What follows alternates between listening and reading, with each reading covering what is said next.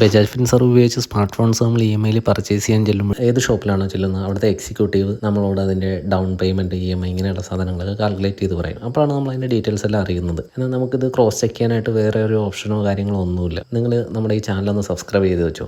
ഞാൻ ഇനി മുതൽ ബജാജ് ഫിൻസർവിൽ പുതിയ സ്മാർട്ട് ഫോൺസ് നമ്മുടെ മാർക്കറ്റിൽ ഇറങ്ങുമ്പോഴത്തേക്കും എത്ര രൂപയാണ് അതിൻ്റെ ഡൗൺ പേയ്മെൻറ്റ് വരുന്നത്, എത്ര രൂപയാണ് അതിൻ്റെ EMI വരുന്നത്, അങ്ങനെയുള്ള ഡീറ്റെയിൽസ് എല്ലാം ഞാനിവിടെ അപ്ലോഡ് ചെയ്യും. 2 തരം സ്കീമൊക്കെയാണ് വരുന്നത്. ഇൻട്രസ്റ്റ് ഉള്ള സ്കീം വരും, ഇൻട്രസ്റ്റ് ഇല്ലാത്ത സ്കീം വരുന്നുണ്ട്. സാധാരണയായിട്ട് എല്ലാവരും അന്വേഷിക്കുന്നത് നോ കോസ്റ്റ് EMI സ്കീം ആയിരിക്കും. അപ്പോൾ അതിന് എത്ര രൂപയാണ് സർവീസ് ചാർജ് ആയിട്ട് അവർ മേടിക്കുന്നത്. അത് ഓരോ പ്രൊഡക്റ്റിനും ഓരോ റേറ്റ് അനുസരിച്ച് അങ്ങോട്ടും ഇങ്ങോട്ടും മാറിയും മറിഞ്ഞും ഒക്കെ നിൽക്കും. അപ്പോൾ ഇത് നമ്മൾ എപ്പോഴും അറിയുന്നത് അവിടെ ഇരിക്കുന്ന എക്സിക്യൂട്ടീവ് അല്ലെ ഷോപ്പിലുള്ളവരോ പറയുമ്പോഴാണ് നമ്മളിത് ഇത്ര രൂപയാണ് ഇതിൻ്റെ ഡൗൺ പേയ്മെൻറ്റ്, എത്രയാണ് EMI എന്ന് നമ്മൾ അറിയുന്നത്. അല്ലാതെ മുൻകൂറായിട്ട് നമുക്കത് അറിയാനായിട്ടുള്ള ഓപ്ഷൻസ് ഒന്നുമില്ല. ഇപ്പോൾ ബ്രാൻഡിൻ്റെ പരസ്യങ്ങളാണെങ്കിൽ കൂടിയൊക്കെ EMI മാത്രമേ അവർ കാണിക്കാറുള്ളൂ. ഡൗൺ പേയ്മെൻറ്റ് എത്രയാണെന്നുള്ളത് പറയാറില്ല. സർവീസ് ചാർജ് ആണെങ്കിൽ കൂടി ആ എമൗണ്ട് എത്രയാണെന്നുള്ളത് പറയാറില്ല. അപ്പോൾ അത് ഒരു കൺസ്യൂമർ അല്ലെങ്കിൽ ഒരു കസ്റ്റമർ എന്നുള്ള നിലയിൽ നിങ്ങൾക്കത് അറിഞ്ഞിരിക്കാൻ വേണ്ടിയാണ് ഞാനിത് ചെയ്തത്. അപ്പോൾ നമ്മുടെ ചാനലൊന്ന് സബ്സ്ക്രൈബ് ചെയ്ത് വെച്ചേരും. ഞാൻ ഇതിനകത്ത് പുതിയ മോഡൽസ് ഇറങ്ങുമ്പോഴത്തേക്കും അതിൻ്റെ ഡൗൺ പേയ്മെൻറ്റ് ഇത്ര, അതിൻ്റെ EMI ഇത്ര എന്ന് ഞാൻ ഇതിൽ അപ്ലോഡ് ചെയ്യാം. അപ്പോൾ ഈ ഡേറ്റ നിങ്ങൾക്ക് അറിഞ്ഞിരിക്കുകയാണെങ്കിൽ എവിടെയെങ്കിലും ഒരു സ്ഥാപനത്തിൽ അല്ലെങ്കിൽ ഏതെങ്കിലും ഒരു